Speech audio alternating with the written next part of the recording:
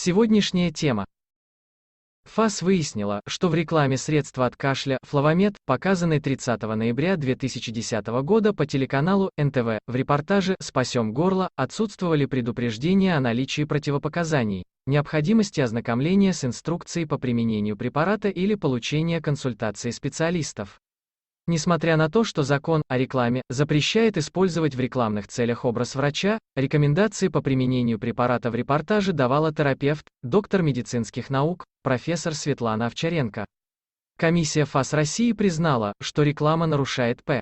4 часа, 5 стаканов, 5 ИЧ, 7 стаканов, 24 закона о рекламе и выдала предписание о прекращении нарушений законодательства рекламодателю, ООО «Новая компания ТВ+» и рекламораспространителю, ОАО «Телекомпания НТВ».